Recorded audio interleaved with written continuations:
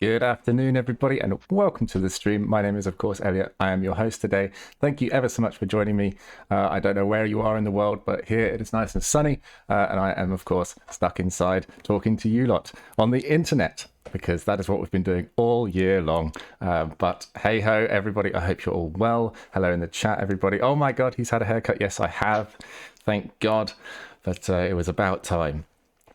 So listen, I've got a really good stream for you today. It's an interview stream, which of course we used to do a lot prior to when the champs has been on stream every week. But of course, we've been focusing a lot more primarily on that over the last few months as it comes to its conclusion.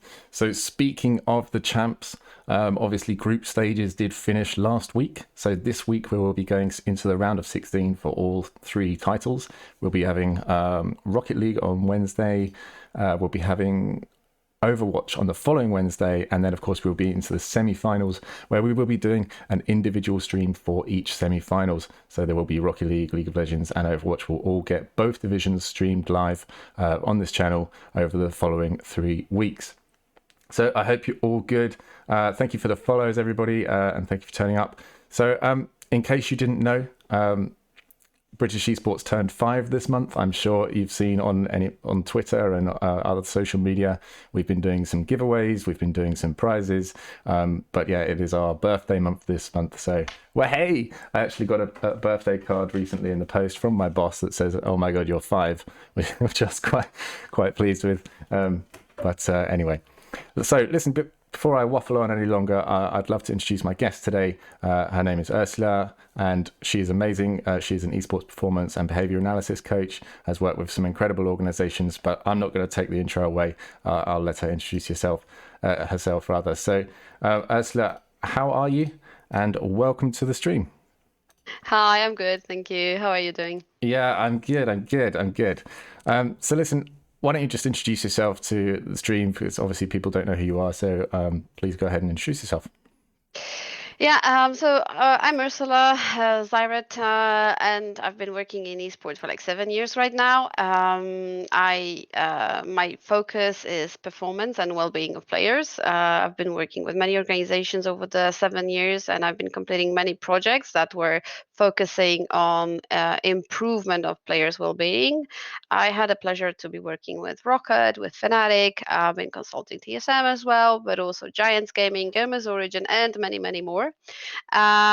Usually the projects are they have a specific focus because there's like specific issue in the team, and I'm the person that is kind of putting hands on everything outside of the strategies, outside of the macros.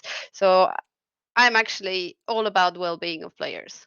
Wow, so quite a storied past there. You've got lots going on in your history. I love it. I mean, how did you get into esports? Like, how did your esports journey begin? That was actually quite an interesting story because myself, I've always been a fan of a computer game. I'm a sister of IT guy, so there's like no chance it could be different. Yeah. And and also I've been always following all the stuff that are new, and I love all those new things that are popping up online, that are people are actually getting crazy about many things. And when I first heard about like esport competition and League of Legends, and I heard that, hey, the guys will be playing and there will be like a tournament, I was like, oh, that is kind of a fun. Yeah, that was back in, I don't remember, like 2013 or 12, like when Fnatic actually won the first world title, if we can call it like that. So this little LAN was actually something I've been watching, and yeah, I've never been thinking about having a career. But then year after year, I've been watching how the esport is growing, and there was this Polish team that was actually bought or took over by Rocket, and there were Polish players there, and they were like really struggling. And I asked them, like, "Hi guys, is there anything maybe I could help out?" And I felt confident with helping them out because I've been working in the business sector, coaching, and actually doing the same as in esport. Like I've been improving people's productivity towards achieving the goals, but in business. So I was like, guys, I think you should focus on this and on that. And it turned out that actually my help was like really needed. At first shot, when I had it in, it was 2013, I guess, it was not about, like, the players were like really afraid of performance coaching. And then somebody also introduced me as a psychologist, so they were like having this picture in their head that I will be putting them on a sofa and just asking about billions of things, which is like completely not what I'm doing. And yeah, and the next year was actually the year that the manager of the organization reached out to me again. I was like, can you actually try again? And that was the biggest success, because that was the year that I don't know whether you remember, but Rocket was like 0-6 losing streak, and then Yeah, I do along with remember. Grabs, Grabs was back then in coaching Rocket. We managed to pull the team out into a winning streak, so that was a fantastic work of the whole team. Freddie was there as an analyst as well. So yeah, like those were the years when actually the esports started appreciating performance coaching and psychology and everything that is happening around players' mentality. So for me, yeah, it was really fun stuff. And it's not like people say that you need to be at the right place at the right time to get a job in esports. Like for me, this is like totally not true, because if you make no efforts, then probably you will not get any chance to try yourself there. And yeah, the beginnings are always difficult. Like you can't expect that you'll be paid well, that you're Yeah, paid at all, actually, absolutely. because very often it's like a charity work with a start. So, you know, slowly but surely, I was, getting bigger projects to do. Then the Fnatic projects came, so I was really proud of that project, because that year Fnatic reached the second world spot. So for me, that was also something that was a sign. Yeah, what you've done actually worked really well. So, of course, with a lot of help and support of the staff and players, because it's not only me working on the team, because it's a teamwork, it's a Yeah, team effort. But yeah, so step yeah. by step, fun stuff were happening. Awesome, awesome. So yeah, I mean, there's been a few names in there that you've dropped, and I see a few people in chat going at Roccat Yankos and a couple of other bits as Yeah, well. absolutely. Speaking of everybody in the chat, guys, thank you ever so much for being here. Spyron, Rinked, Will, Nutty Danza, Hitfire. Listen, you guys, if you have any questions for Ursula that you want me to ask her throughout the interview, please do pop them in chat, and I will try and ask them as we go. If not, I'll make sure I add them at the end, and we can try and get everything covered. But of course, I'll be asking questions of my own too. Listen, that's fantastic. You sound like you've really covered a lot of bases there over the years, I bet. There's a lot to your role, though, that is probably a bit more detailed than you let on just there. I think probably how you talk to players and how you talk to teams is probably a bit more in depth. So perhaps you could just explore a little bit more into the in depths of performance coaching, what it actually entails. Mhm. So performance coaching is like, if I could like describe it with few words, it's like a roadmap. Like I'm a kind of a sign for the players and for the organizations which way to go to achieve the best results, and also so the results like stay over the long period of time on the same level. Mhm. So when I usually start a project with a team, I start with research. So I need to speak with every player, with every like staff member. I need to get like myself a picture what is not clicking. And usually when you speak with like 6 or 7 people, then you have 6 or 7 different stories of a tale. And then you just need to put it together, and just when you put the puzzles together, it's usually like that you kind of try to make a picture out of it. So it's either like an issue with communication or with trust, or the relationship is like not there, or there is an issue with the coaching staff, or basically some players are not skilled enough to follow. So I'm trying to figure out what I can do to craft a personalized plan to to make sure that the team will move on. And yeah, usually after research, I'm crafting something like a personalized training or workshops. Prior to COVID, I was usually traveling to the team and Yeah. was handling workshops. So usually that were like, I was watching the team, how they're screaming for a couple of days, how they communicate. And also I was giving them bits by bits all the details about how our mind work, how to turn on intuition, how to stop kind of a choking, because every time when the team is losing, they also go into this choking point where they cannot get out of that. But based on what I actually have learned, I also prepare like workshops that are like kind of how should I say it, like like exercises for the team so they can practice stuff. Yeah. So it's either about rebuilding trust or about setting up communication, or for example resetting roles, because that also happened, because they were like, for example, a person that was caller in the team was not like totally skilled or was not comfortable with calling, so he had to focus on something that is like really his weakness, not his strength. And because of that, he couldn't focus on the game. So also we have Yeah. to find a solution into that. So it's hard to say in one point how does that look like, because it's very often there are like many factors that every single team is kind of, that there are many things that actually can cause that the team is breaking instead of making a team. So it's usually spotting those little things that are the game changers. And very often the team is in the moment when I'm joining them that they're kind of a little bit, I could say, desperate to have a change and to change their like play style, change their attitude. So usually it's like, they're like sponges, everything I'm giving them they're just taking and applying straight away, and the effects are there. But also what is really important, that the team, when they're losing, in their head they see that their confidence is like dropping, that the morale is dropping. They don't have this energy to scrim, they don't have this energy to play actually. So it's also about rebuilding the whole fun about the game. And when the team is losing fun, we know what happens. Like when the job you're doing is no longer Yeah. pleasant, like the results will not come, no matter how hard you try. I guess that's quite a hard role, really. You must have quite a logical brain to be able to kind of look at that situation in a very holistic way and understand that all the pieces fit together like a jigsaw and kind of figure out which bits are missing from that jigsaw. I don't think many people's brains work that way, and it's quite an impressive talent to have.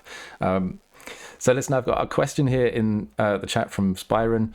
He says, is there one area in terms of performance that a lot of players seem to lack in? So I think that the basic question is there like a common occurrence or a common fail that most teams experience? Usually it's communication. I I think feel when that, you were going through the list earlier, I was thinking like communication and trust are like the big ones, aren't they? yeah. Yeah, absolutely. Communication, trust, these are like the most common one, but very often the trust comes with the position of the leaders. Like there are two type of leaders that you can actually, let's say, distinguish in the team. So there's like an appointed leader, but also with time there is a natural leader. If the appointed leader and the natural leader turn out not to be the same person, then there is a conflict inside of the team. And with that conflict, what usually happens is that there are like two sides. So usually there are like mini groups in the team. That there are two players that are more keen to work with the natural leader, and then there are two players that are supporting the appointed leader. And then with that, you can't play a 5 players game with two groups, because two groups are trying to do one thing. Yeah. The remaining group, like one group is trying to do this, the other that. And very often we are people, and we tend to forget that we all have those people reactions. Like sometimes when we don't like someone, we are being mean on purpose, which is natural. Like this is not something that is like, specific for esport, right? Like if for example a shop assistant is being mean to us, we will not be nice to the person too. So it's natural, like it's obvious. So it's also a kind of a lot of work about rebuilding this, as you call it, lack, because trust is like big issue, communication is a big issue, but then if you have this split in the team, you also need to find this common goal, this common passion, this point that will actually connect all the puzzles together. So recognizing it usually takes a little bit more time when I discovered the players, because every time I jump on the players, my first question is like, what's your motivation? Why do you play? Why do you play this game? Why esport? Why not being, I don't know, a lawyer, physiotherapist, or like whoever you want to be? and I love the answers because they're very diverse. Like for some of Yeah. the players, the answers are like, I want to earn money to get myself a new piano, for example, or I want to prove my mom that she's wrong because esport is actually a place to be. Yeah. So, but there's also a motivation just because like many esport athletes are actually retired is a big word, but like the athletes that actually had a injury and they couldn't continue like playing either football or volleyball or whatever, so this competition spark is still in them, and they are trying to do something that is as competitive as the things they used to do. So and if you have all those type of personalities with different motivation, you need to find one common thing that will actually get them into rolling this team, like into playing, because like it's really hard to say that yeah, if the player is bad you need to change the player. Like, no, it doesn't work like that. The team has to kind of first find a way to click the players. Once they click, then we will know that there is something you can do. Of course, there are moments that you can't do it because the atmosphere is that bad. But in my career, I mean, I heard about it because in my career, I've never had a situation, I've never had a team that I couldn't fix. So I think everything is Well, that's doable that's as quite an long as the achievement. players want. Yeah. Yeah. That's definitely Thanks. something you start on your CV, isn't it? I can Hmm. fix every team, or at least I have done so far. That's awesome. Um, so, I mean, obviously, you've worked with quite a few teams and a few big names as well. I know you've mentioned some of them, but is there a particular team who you've worked with in the past who you're most proud of, or was your favorite for the work and the time that you spent there, like out of Fnatic or Roccat or TSM? I don't know. Who do you think was probably the most poignant experience for you as a Mm, coach? yeah, I mean, I'm not really attached to teams because the projects are sometimes that like they start and they end very quickly. Yeah. So sometimes the project can be like 2, 3 months. But then when I see my players, in the league being for like many years, then I'm really, really proud of it. Like what was like a really big record for me was that in 2018 when the Worlds started, with 16 players being on Worlds back then, 12 players were the players I've been coaching. So for me, that Oh was like wow. my biggest Yeah, achievement. So that's I was amazing. coaching them either individually or inside of the teams. So that shows me that what I'm doing is actually making sense, that they're strong enough to actually perform. So usually my eyes are on the players, not on the Yeah, organizations. fair. However, the biggest I guess not challenge, but like the biggest reward for me was like working with Fnatic, because first of all, big names, right? Hylissang, Caps, Reckless, Whipple, and who was in the jungle back then? And Broxa, of course, yeah.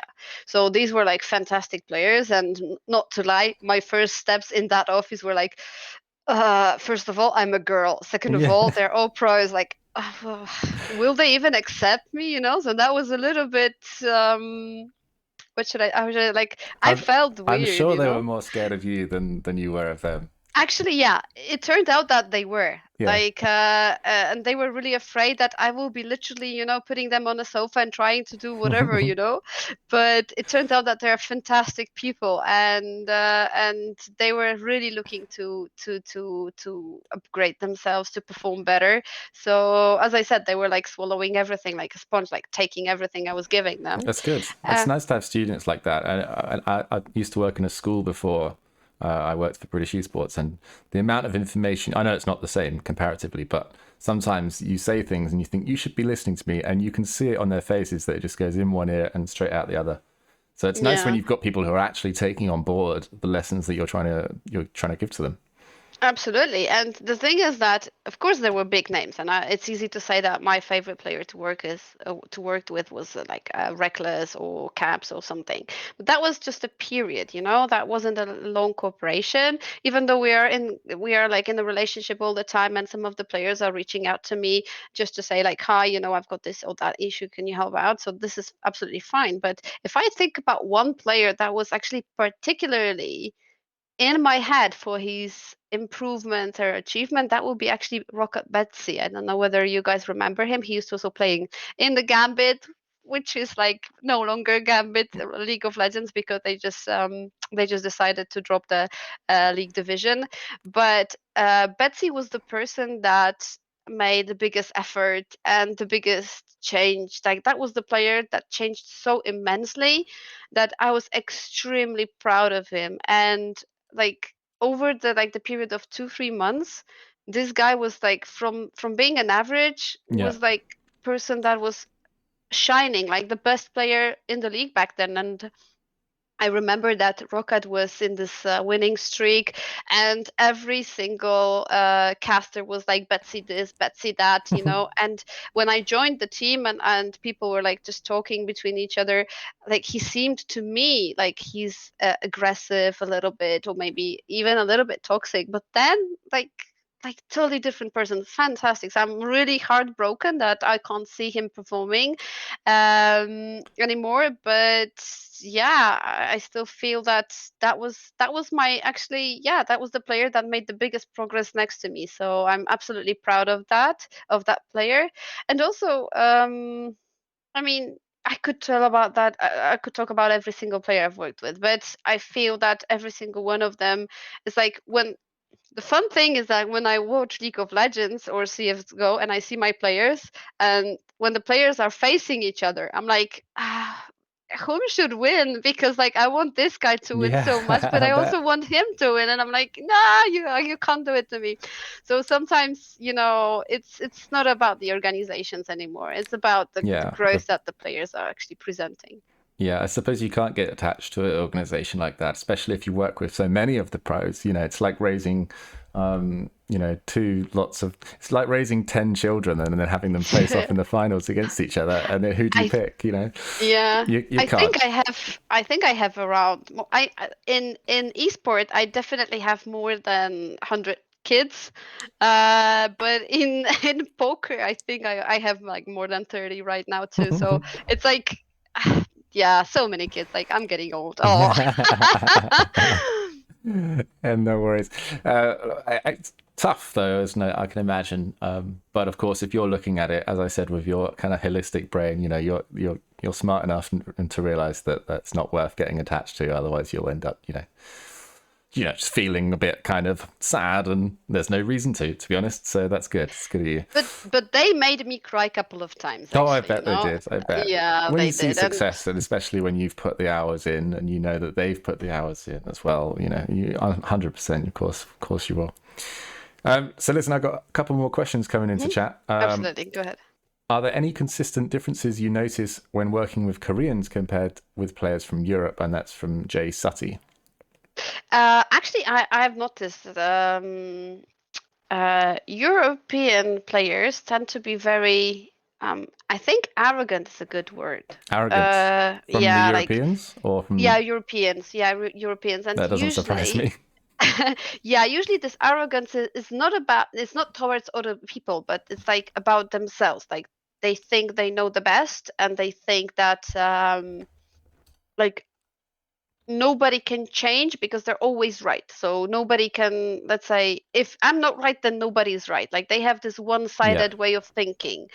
Whereas, and I think that goes with age as well, because the younger the player, the more stubborn they are, and resistant to change. So they don't want to change. They feel that they can solo carry the five-man game, and it's like it doesn't matter if like the stars would be telling them, hey, like it's a five-game players. If Reckless would approach them and say like, hey, it's a five-game players, you need to be a team player. No, they think they can solo carry the game, which is like absolute, disaster. Like you can't do it. and what's it like on the Korean side then? Are they much more passive or? No, they're respectful. They're very careful at listening. They're digesting things, but they never kind of show the signs of being negative about something. If they are negative, they will approach individually and speak like one on one. Yeah, If they have any doubts, if something is not clear for them, then they will do it more individually, but they will dig deeper to get any single point or any single whatever knowledge that they need. So they're more like analytical. They're analyzing everything. What they find useful, they take. What they don't find useful, they don't take it, but they just leave it, not throw it away with like, showing that they do not respect it at all. So Yeah. so I think that they're more humble and they're very, very, very appreciative, which is actually cool. That's a great answer. Obviously, that's not for every player. That's just, the Yeah, trend that it's you've like, noticed. Yeah. yeah, I don't like generalizing because there also are Koreans that are very cocky and they're very showing off, which is fine. But those that I've been working, usually they're quite humble about things that are happening. Brilliant. So I've got a question that I had written down anyway, but somebody else has asked it in the chat. So Hmm. I'll kind of merge them together. So I had what was the most common area of improvement when working with esports teams. Hmm. Mofo Troll in the chat has written out what differs between working with teams and the chemistry in comparison to working with individuals, which I think is just a better way of phrasing what I had planned anyway for you. So Hmm. how do you feel like the differences between working as with 5 people as a team rather than the one-to-one sessions? Okay. Um, It's definitely that my hands are more tight when I work with an individual that is, let's say, stuck in a team that is not clicking. Hmm. Like it's really difficult to fix a team through one player. Like it's almost impossible to do it. I can actually make a little bit change of the player so he adapts more, but it's like very difficult to have the synergy built when I work with individual player, unless this player is competing individually. So like no cooperation, no teamwork is required, and he's just relying on himself, e.g., poker player, for Yeah. example, right? So Yeah. then the theories and everything is in his hand. Now, it's very easy to work with a team when they all want to change, when they all see that there is a gap that they need to fill in. And usually applying theories are very it's very, let's say, common, because you usually bring in the team dynamics, you bring in the will skill matrix, so you improve the communications and you build the trust, the bondings. So these are kind of things that are common for most of the teams, but then on the top of that, you also fix stuff like trust and motivation or burnout or badly set up goals and so on and so forth. But then if you feel when you work individually with the players, there is far more work to be done, because first of all, you need to check what kind of gaps the player is having. Maybe he cannot concentrate. Maybe he's blocked. Maybe his communication is poor. So, like, there are far more things I can do individually with the players, even working with the team. And then all those little things I'm fixing individually, they usually have an impact on the team itself anyway.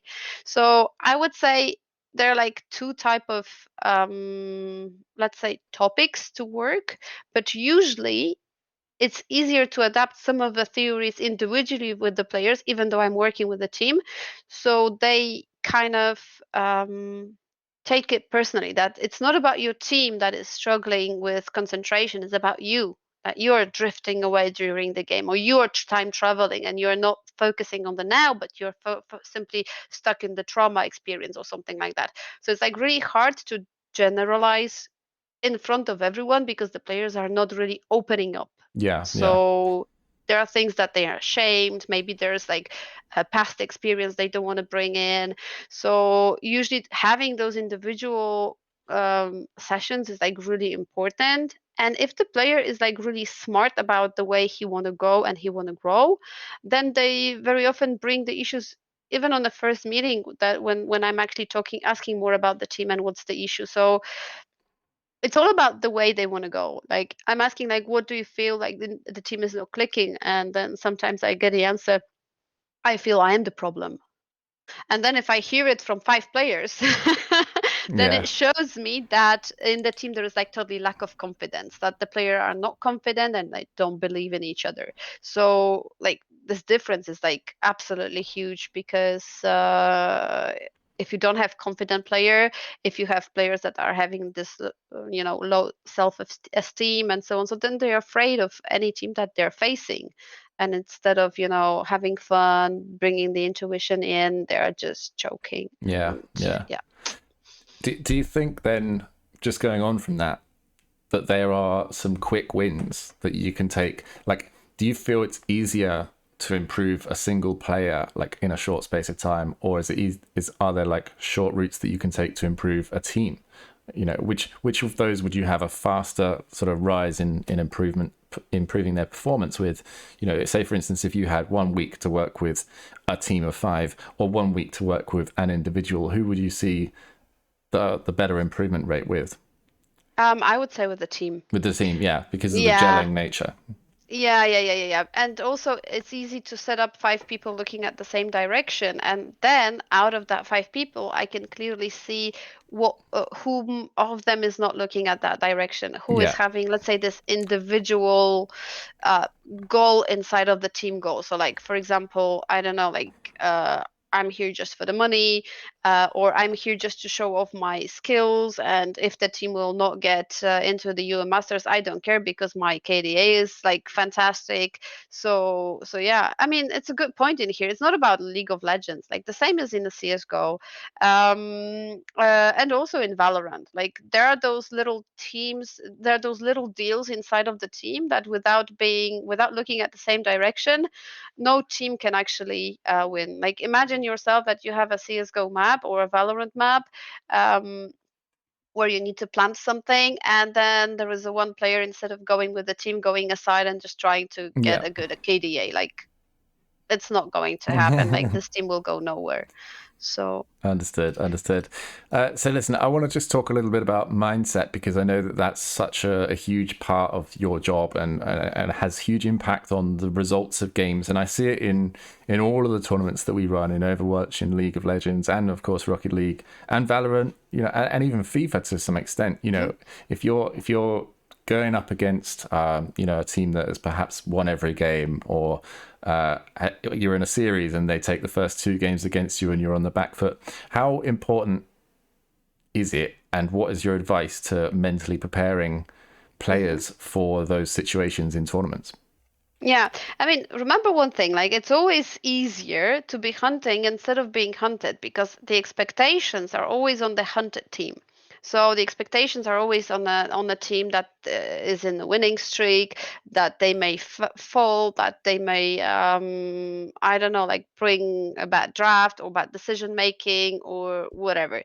So when you're like the underdog, and you're afraid that you're losing, then your mindset is like completely demolished, because when you're the underdog, you're expected to lose, so you can do everything out of the ordinary to surprise the opposing team. Fair. So the more, yeah, so the more unprepared for what's coming the favorite team is, for what's coming, right? So most surprised the team is for the like the winning team is prepared, then the losing team can actually bring stuff to the table that are totally not expected. Like they can just, I don't know, like throw a champion that haven't been played, or they can, what can I bring? Like get like different map rotations, or like they can prepare lots of things that the other team did not research or did not train into. And this is like always good to, when you're facing a serious team, or like a really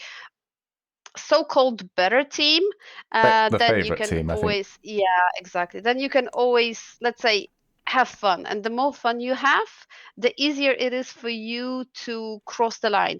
Even if you watch like leagues, and you have those the games with like top and bottom teams, and usually the bottom teams win. It's Yeah. because the top teams are not really respecting what's coming very often, or they're not prepared what's coming. And if the let's say the low tier team is having fun and they have nothing to lose, so they play all in, they are the best. This is the best mindset you can have. So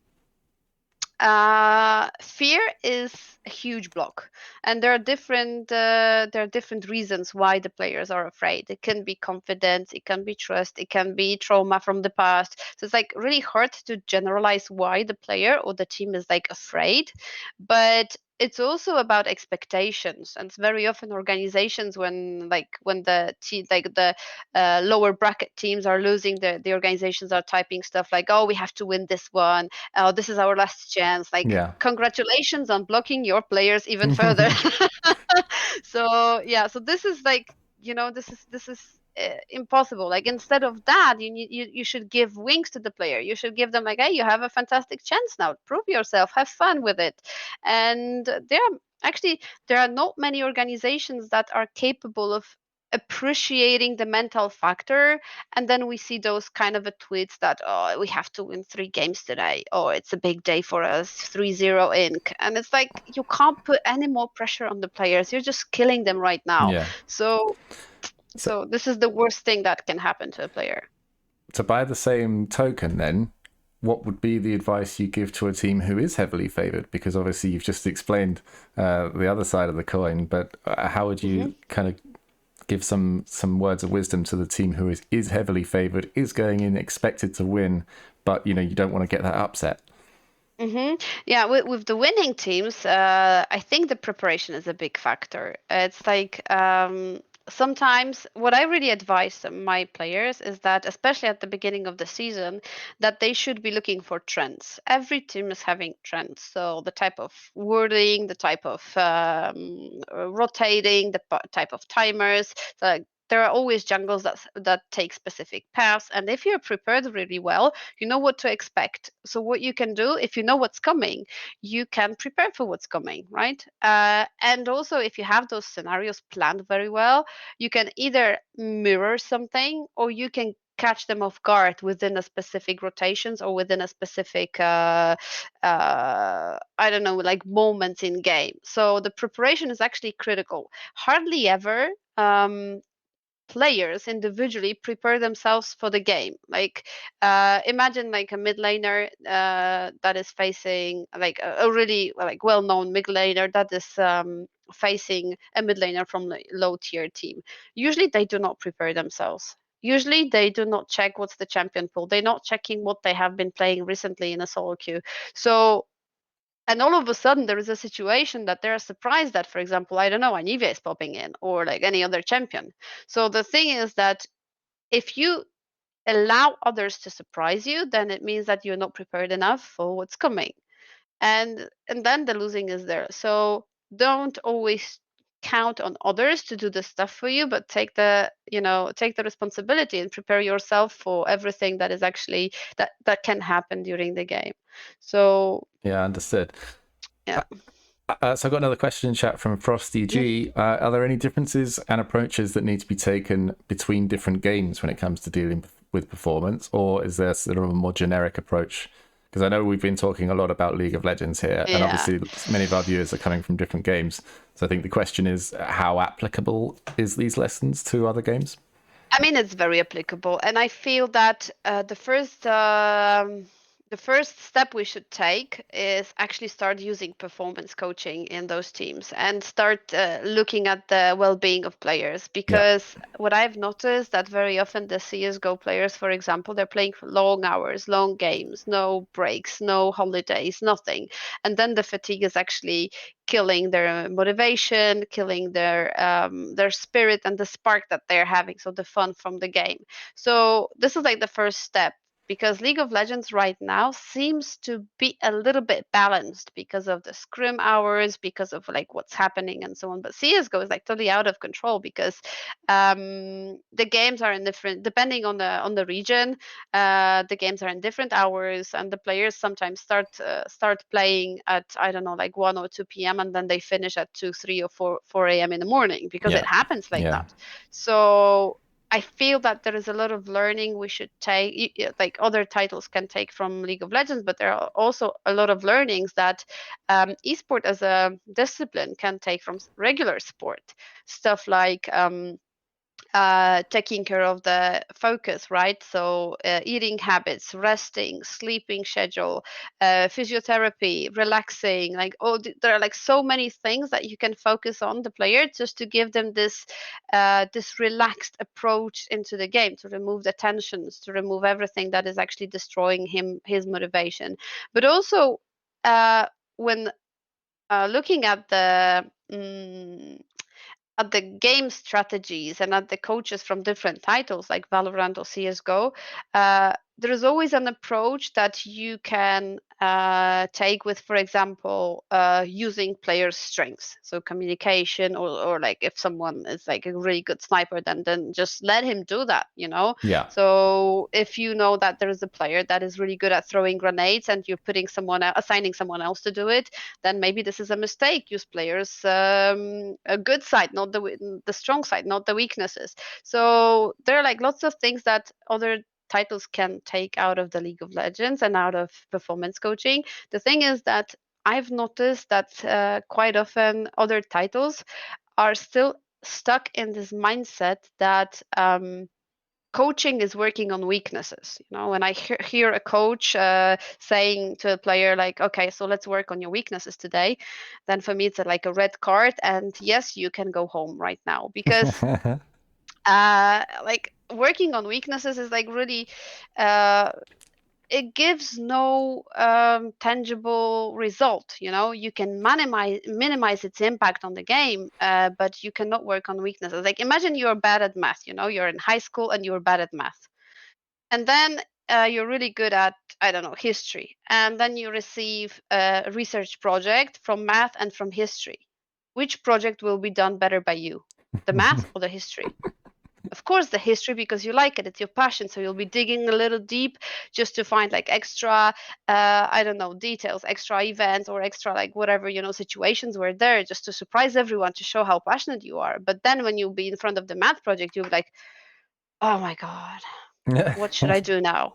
That And would the be me same in is, front of both projects. yeah.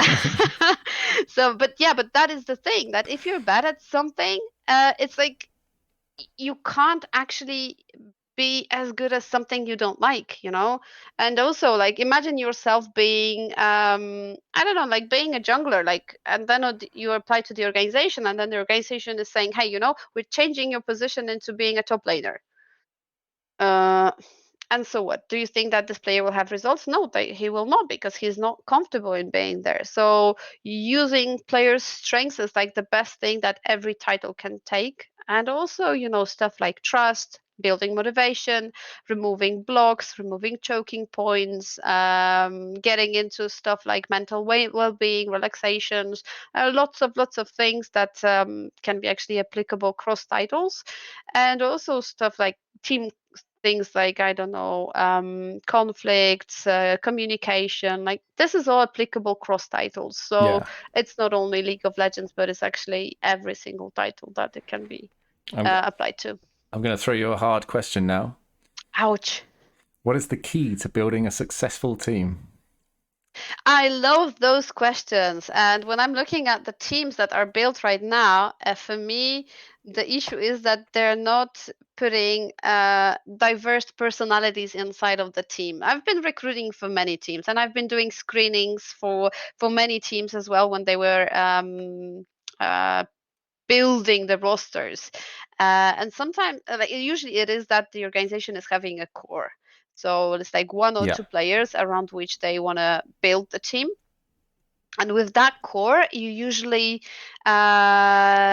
match different personalities in the unit. So if you know that you have a person that is a natural leader, and you have a person that has a fantastic map awareness, but they're all very serious. So what you need to do, you need to get a person to the team that will unload the seriousness. So bring a lot of fun. If you know that, for example, you have a leader, you have a map awareness person, but you have no person that has a good communication skills. So then you bring to a person that is having a communication skills. It all goes to the expectations from the organizations, and from the budget point, where do they see themselves in the tournament? Like if you build a EU Yeah. Masters team, and the team's goal, the organization goal, is to reach playoffs, then you don't buy player that is really expensive just for the name of it, unless you want to take out of his, let's say, social media fans and so on.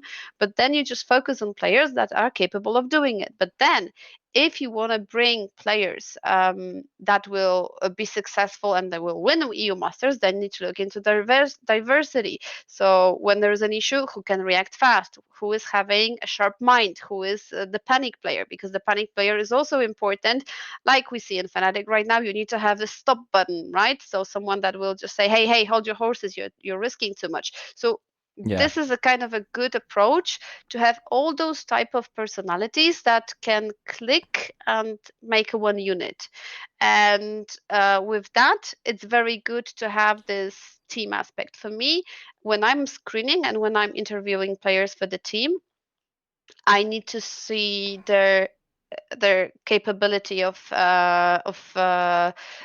like being a team player. I'm also now I will just kind of give you some tip. But if let's say if you're having a job recruitment interview or something, and then you're having a question, do you think you can solo carry the game? And you answer yes, I can. Then you will not get that job for sure. So Everybody, remember absolutely. that one. Remember that one. Yeah, no, I feel like you've more or less just answered one of the questions there in the chat, which was what traits should teams look for when recruiting players. And I think you kind of come up, so somebody who's a leader, somebody who's like naturally aware of what's going on, somebody who's serious, but also somebody who's not too serious. I think you've kind of covered those personality traits at least anyway, as well as of course. So you're not just looking for, right, we need a top laner, a jungler, an ADC, or a sniper, Yeah. a tank. Um, It's a bit more about the personality side of things as well as the roles within the game. Yeah, absolutely. I mean, we had Alliance in the past. They were like five-star players, and nobody was taking care of their mental well-being on their game preparation and communication, and they failed, even though on paper that was a perfect roster. So, Yeah. so yeah, that's really important, you know. Yeah. So I got a question here from Davy Space. How do you balance players' skill sets to prevent them from becoming a one trick if you emphasize their skill ceiling in one area of the game? I mean, I feel that this is That's a quite a good question, actually. yeah. I mean, the thing is that first of all, it's kind of a important work with coach as well on that aspect, because Yeah. the coach needs to, let's say, set expectations what is needed, right? So when you have expectations what is needed, then learning process is like getting things into intuition. So for example, I don't know, like if you, for example, on a map train quite a lot of, I don't know, the team should just go and, let's say, go bomb site like B or A or something, and you train one specific bomb site, and then you feel more comfortable on that part than instead of going the other way around. And this team will be always keen to going through that site because they trained it more. The same as in league, like if you dive a specific with a specific team composition, and then you repeat it like 10, 12, 30 times that dive, then you will know exactly how to position yourself to get a maximum benefit out of it. So learning is all about repetition. So the more you repeat things, the more comfortable you are with possessing a specific skill. Now, preventing of being one trick pony is about coach that is bringing ideas how to make yourself useful, or showing them what kind of path they should go to gain that extra skills. I'm not usually interfering with macros, with the game plan that the team is having, so it's really hard for me to answer like specifically that question, what kind of extra trick you could train. But over the repetition and over um, the kind of synergy that you can get with the team. So like if you have a mid laner and you've been always I don't know, roaming bot lane, then maybe your coach can tell you which is the right minute to roam top lane, to I don't know, to assist the jungle, to maybe set up a trap for the jungler, like whatever. But these are more like skills that can purely be trained by the game coach. But myself, I can only assure you that through repetition, you get intuitive and precise, let's say, how to say it, like result. Yeah. And then with that result, you're very confident on stage that you will not make any mistakes. Good. That's a really, really good answer, actually. I like that a lot.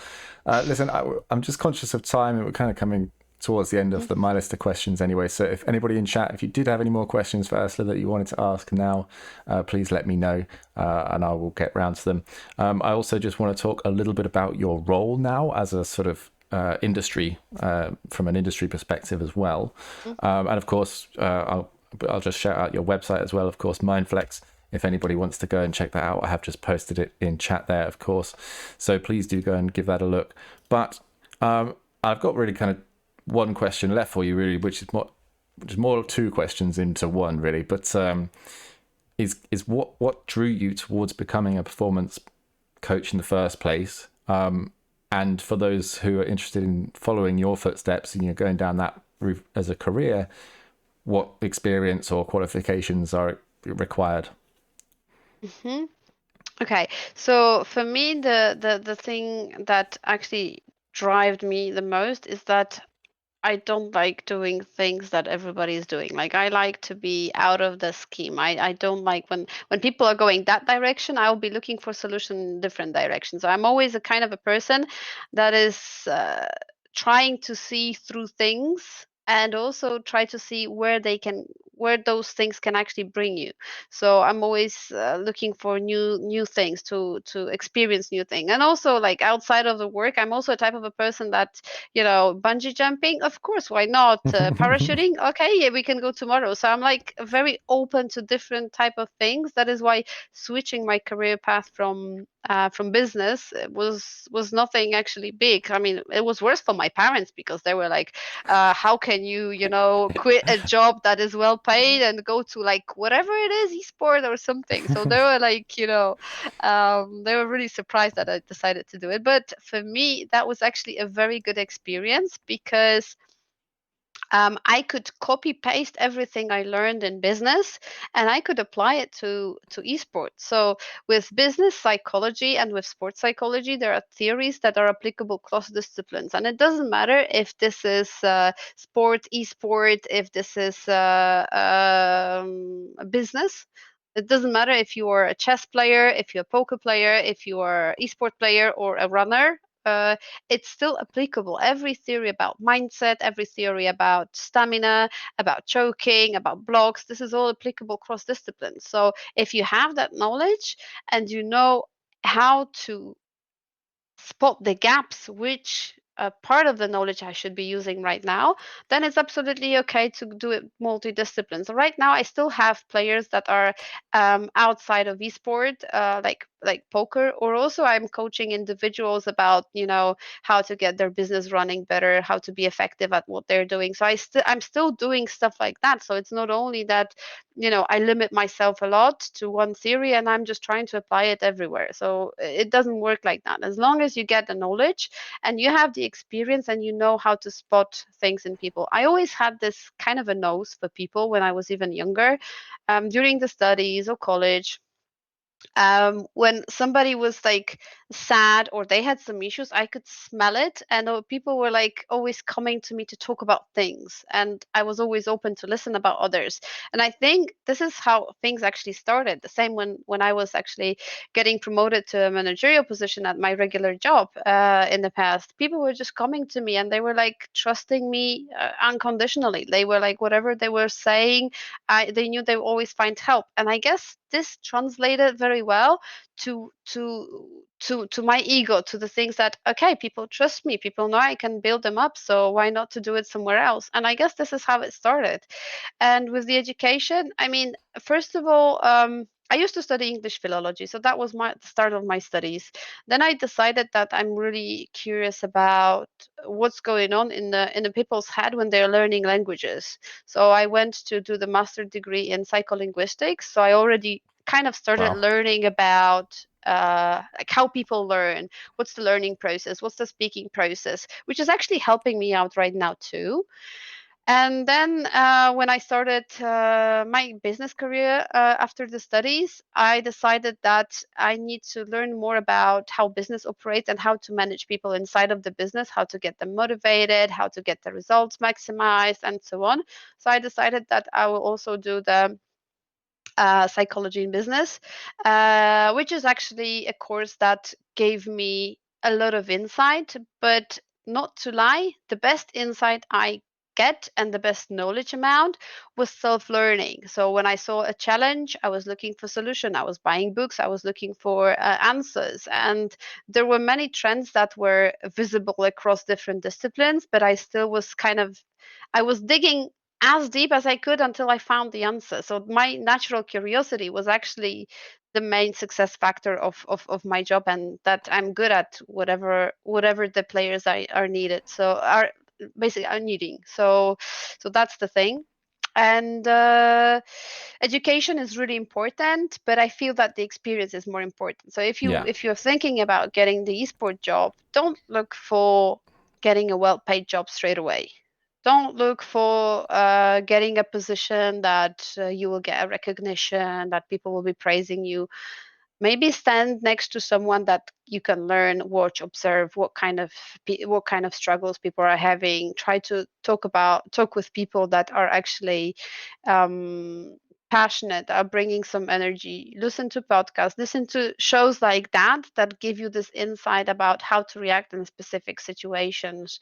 And that experience, then you can try to apply into like little teams, like not the league teams, like the main league, the core, but maybe there are like, I don't know, like school or high school leagues that you can try to coach, you can try to try to help them out, and step by step get the experience. Because without the experience, you can have a lot of knowledge, but you will not know how to apply it to people, because the people skill, the people factor will be missing, and that could be a reason why you will not succeed.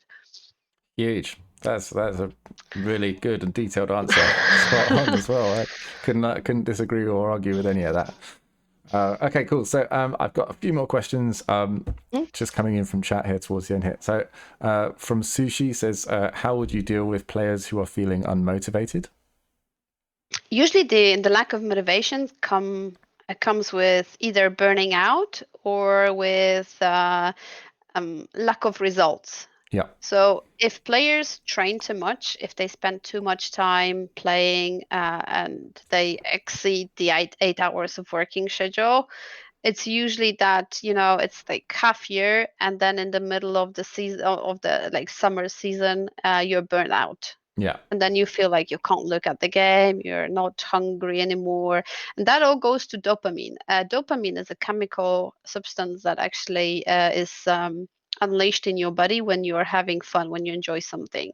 And if you enjoy playing a game, you should make sure that you will not lose that. It's like with dopamine, it's like with food, if you have your favorite pizza and you eat it like once every 2 3 weeks, then it's still your favorite pizza. But then if all of a sudden you Yeah. start eating it every day, then the level of dopamine released in your body will be far lower, and you will not enjoy it anymore. So your body will be looking for different sources where to get that dopamine. So you'll be looking either for different pizza, or you'll start being interested in steaks, for example, or something else. So if you don't take care of your um, working schedule, I would say work ethics, because that all goes down to work ethics, and you're not keeping yourself within the limits of how much you should work, the burnout will come and the motivation will drop. So that's for sure. But also, if there is a drop because of the results, then you need to focus on how to rebuild, whether it's in your hand, whether you have people to fix it, whether you're on your own with that. So there are like many ways of fixing it, but then you need to look holistically at what's the real reason for the lack of motivation. So it's hard to get generalized in here, but usually you need to find this little trigger why the results are not coming, whether this is a trust issue, whether there's a role issue, whether there's a communication. So lots of things can play in here, and then removing the obstacle usually results in getting more motivated and getting more excited. Yeah, I suppose that's quite a broad question, and obviously, is individual will be uniquely tailored because each situation will be different. So that makes total sense. Okay, so I've got a question here from Emmy BTW. If you're in a position to choose between two players, one of them is motivated and talented but acts childish and has a big ego, and the other one has an overall good attitude but has no big goals or any motivation. Let's say they both have the same amount of skill and the team already has the right atmosphere. Is it easier to work and develop the first player or the second player? Okay, one of them is motivated, talented, but acts childish, and the second is overall good attitude, but no big goals. No, it's definitely more difficult to work with the first player, because you can always, with the second player, you can always plant a seed of something you can achieve. So it could be like, okay, how about this? How would you feel about lifting this cup? How would you feel about, I don't know, girls screaming your name on the stage, or like whatever. So there's always this aspect that you can get that player into his imagination into working. So this is like not a really difficult situation to handle. But the first one is ego is always something that is very destructive, and ego Yeah. Is this is going back to usually what you were associating with the Europeans over the Koreans before with your yes. arrogance? Yeah. A little bit, yes. A little bit, yes. You know what? I should recommend someone to you guys to watch if you like listening about ego and about building yourself and yeah, how to get things rolling. There is a guy called Simon Sinek. I don't know whether you are listening to him, but he has a lot of theories about young generation that cannot move forward, and he's bringing lots of things on that subject. And I remember one of his quote was about confidence, and he said something like, I'll quote him directly because I just opened one of the presentation I had for actually esports team with that quote inside. So confidence is believing in yourself. Arrogance is telling others that you're better than they are. Confidence inspires and arrogance destroys. So he said that, but he also gave good examples of that. How will that pay off? So in here, you need to bring this first player out of that arrogance aspect. You need to show that he is actually destroying himself. So I Interesting. mean, yeah, I always had this thing for like the more difficult the player, the more hyped I am to help him out. Like Yeah. the same was with Betsy, you know? He seemed to be like unapproachable. He seemed to be like somebody that I cannot help, but he was such a sweet kid to not kid like player to work with, like amazing. So I love those type of, let's say, puzzles. So for me, the more difficult the player, the more hyped I am to help him out or her. That's nice. You got that motivation and determination to take on the biggest challenges. That's really cool. Okay, so another question here from Jay Sutty says, what is it that natural leaders like Perks bring to their teams? They always seem to be at the center of the team no matter how long they've been there. It's the trust. It's the trust that goes with the experience. Like But yeah, usually surely when, trust is developed over time, right? And Perks just yeah, seems to bring it in from day one. I mean, you know, sometimes when you're jumping into the environment, you have those players that are very cocky at the very beginning, it's like showing off, and you have those that are actually sitting, watching, listening, smiling a little bit, and listening and listening. And then when there's a team discussion, everybody's fighting for the floors, like, no, this is my idea. You did wrong this, you did wrong here, and you know, we shouldn't have done it. And then this type of natural leader will wait till the end, and then at the very end, we'll just say one smart sentence that will cross out everything. And we'll be like, and everybody will be like, Huh. actually, you're right. Yeah. Why didn't So, we think of that? Yeah. yeah, so the natural leader is a kind of a person that listens, that, you know, is allowing others to vent out, and then is kind of either giving a direction by asking the right question, or is just simply, you know, saying the opinion. And usually the more players are fighting for like whose right is it, the less mature they are, and like it will be really difficult for them in the future to inspire someone if they are fighting instead of just exchanging ideas and bringing this brainstorm of solutions into the Got ya. table. Got ya. Um, another question from Mofo Troll. Not a lot of esports teams focus on reward and recognition schemes internally. Do you think Totally. finding ways to motivate and incentivize players is important, whether it's monetary or simple as showing appreciation like their MVP or something like that? This is fantastic what you brought. I mean, it's clearly not very visible, and it's also in actually 9 out of the 10 teams I'm working with, like hardly ever they have those improvements plan crafted. So the players have like weekly goals where to improve on, where to work on, and then if they achieve those goals, they are having those little rewards in terms of, I don't know, like taking them for dinner or going into, I don't know, like a cinema or something, doing stuff together. So like teams are not using it now because of the COVID. So there is a kind of a justification for that. Yep. But Yep. when the COVID was not there, they were not doing it still. So for me, this is also sometimes about showing them what you just wrote, that you know you need to give the players a carrot on the stick. If the player doesn't have it, then why to bring this competitive aspect into esports? There need to be competition. So yeah. Yeah, yeah, definitely. Good answer. And yeah, I think it's very important as well. You know, obviously incentive is not just in esports either, but across all things schoolwork and career inspiration and motivation as well. So I think we've got through more or less all of the questions. I have two left, I think. The first one is from Davy Space. In esports, professional players tend to be much younger than in traditional sports. In what ways are coaches or someone like yourself involved in assuring personal development and maintaining mental health to keep players performing at maximum potential? I mean, I can't wait to see what Guild Esports is bringing, and I'm like raising my both hands for that project, because this is something what we are looking for in esports. So to bring experienced staff to young people so they can grow the right direction. Like, this is something that is really, really, really needed.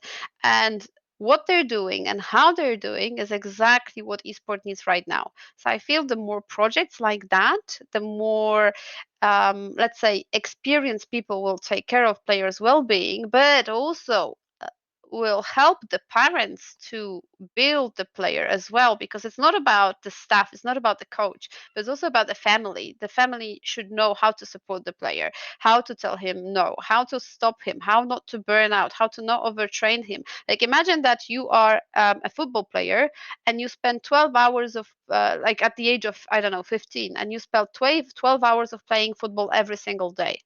Like, it's impossible. Like, your mental will just, lie on the floor, the same as your physical, Yeah. spirit, or like whatever. It's impossible. So sitting in front of the computer, we don't feel that we are tired, we don't feel the fatigue and everything. So in here, it's also very important for the players to have that awareness, but also for the parents to raise the kids the way that, if you want to be pro, act like one. If you don't want to be pro, then don't use esport as an excuse um to spend long hours in front of the computer. That's it. It's easy as It's that. So wise. It's I very, very feel, wise advice there. thank you. Yeah. So I feel that there's a lot of stuff that can be done, that still will be done. But I feel that if we choose the direction Guild Esport is bringing into the table, I feel we will have fantastic, fantastic players that will be competing on a really high level.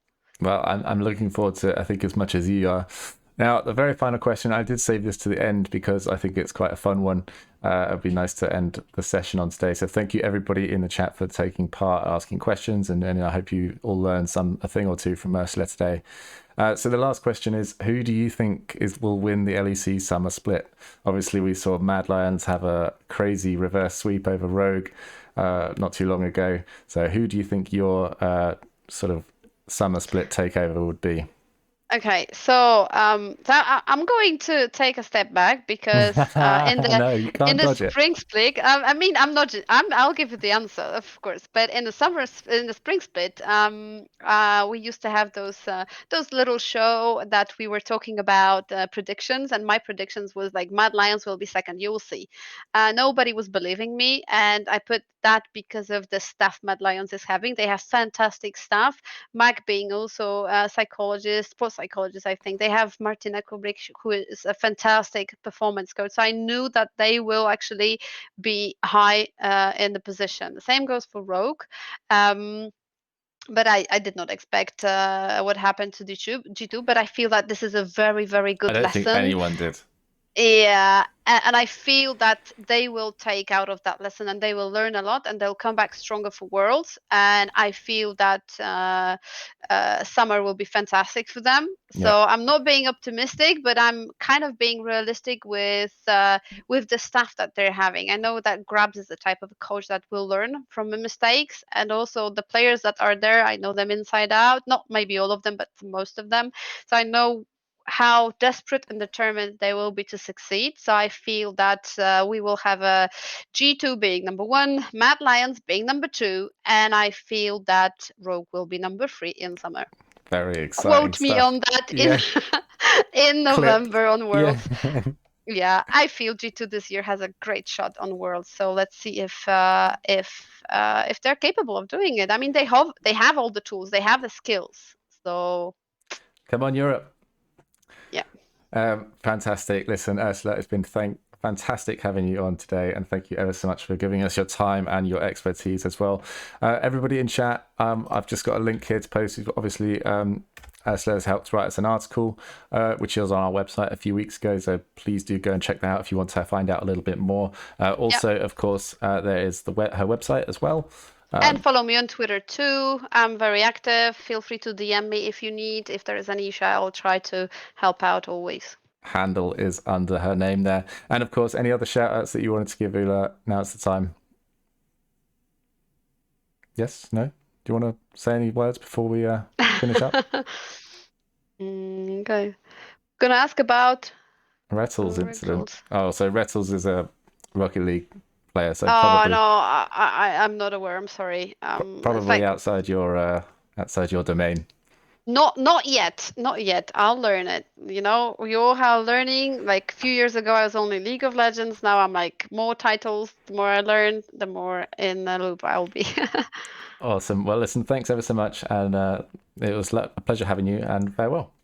Thanks a lot. Thank you so much for having me. Have a good afternoon. Bye. Bye. So that was a very great interview, and thank you ever so much, everybody, for tuning in and for asking all your questions. I think we've got some really, really interesting topics there to go through, and a load of poignant information that we can all take away from and learn from today. So as I said at the beginning of the stream, just a reminder about what's coming up. Obviously, Wednesday will be the round of 16. We have Rocket League on the go. I haven't decided which games we are going to be broadcasting yet, but I will be doing that tomorrow. I should be letting you all know very shortly. So yeah, that'll be on hopefully at about around 4 o'clock.